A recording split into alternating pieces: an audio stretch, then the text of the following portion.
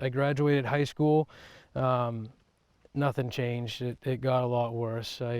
Um, I tried to work. I had jobs. I lost them. I quit. I just ran the gamut. I in and out of jail, and it got worse. My drug use just continually uh, got worse. Um, in 2009, my daughter, she was just born, my daughter Brianna. uh,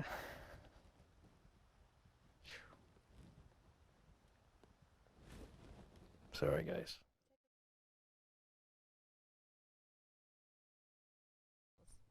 Hello, my name's Abby, and I'm a person in recovery. And I'm Brian. I'm a person in long-term recovery, a father, and a businessman. And we're a family in recovery. There were many times throughout my substance use that I yearned for things to be different, and certainly during my pregnancy, I carried just such immense guilt and shame with that. It drove me deeper into the only thing and the only way that I knew how to subside that emotional pain, which at the time was substances. It was within a jail cell here in Washington County where I was able to reflect on the extent and the harm that had been done to myself and those around me. My son was 11 months old at the time, and his 1-year birthday was quick approaching. You can imagine, as a mom and as a first-time mom, sitting in a jail cell in very early days of my recovery, considering that I might not be there for my son's first birthday, how that really compelled me to say, it's okay to ask for help, and there are people that are here to help you, and really recognize that I didn't know what I needed to begin this journey. I knew I wanted it, but I didn't know what I needed or how to get it, and that's where my journey began. And I'm so grateful for everyone that was part of those very early days and weeks and months in my journey of recovery. As my recovery progressed and time in recovery progressed, Brian and I met within the recovery community, and through our commitment to recovery and our engagement in recovery efforts for ourselves and for our community. And so that's really how my journey began, and how I came to know Brian was within that very community that we both found.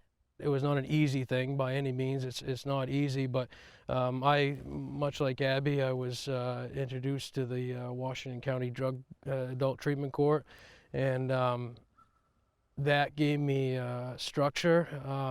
I was given an ultimatum: you could go to prison, or you could do this, and I was ready. I was like, all right, I'm going to do this, and I'm going to stick around for my daughter and see her grow up. So one of the things that I can remember so vividly early on in my recovery was the first time I ever was involved in a community event that included my son, our oldest now.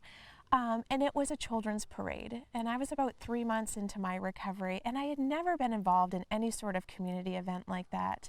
And we were able to get him dressed up and get him in a wagon and walk down Main Street with other families and just really enjoy the moment and have fun and the feeling of enthusiasm wrapped around that.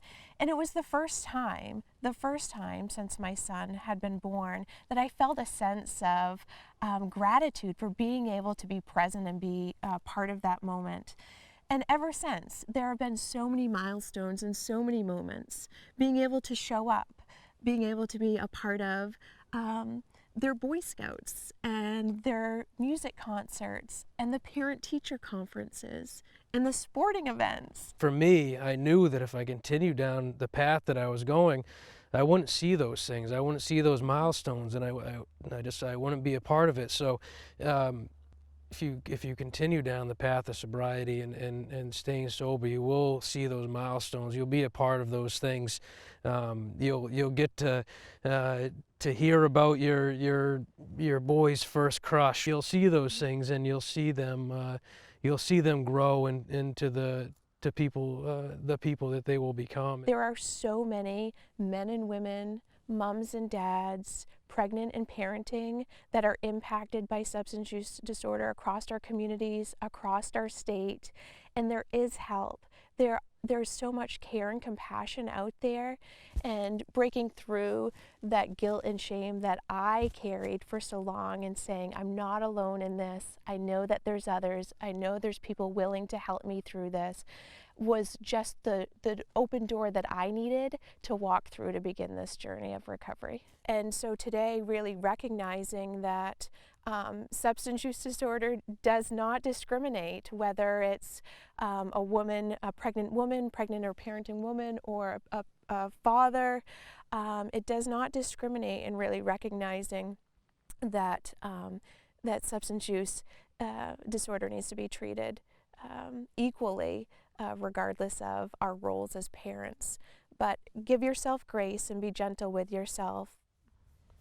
Thank you so much. Yeah. Bye, guys.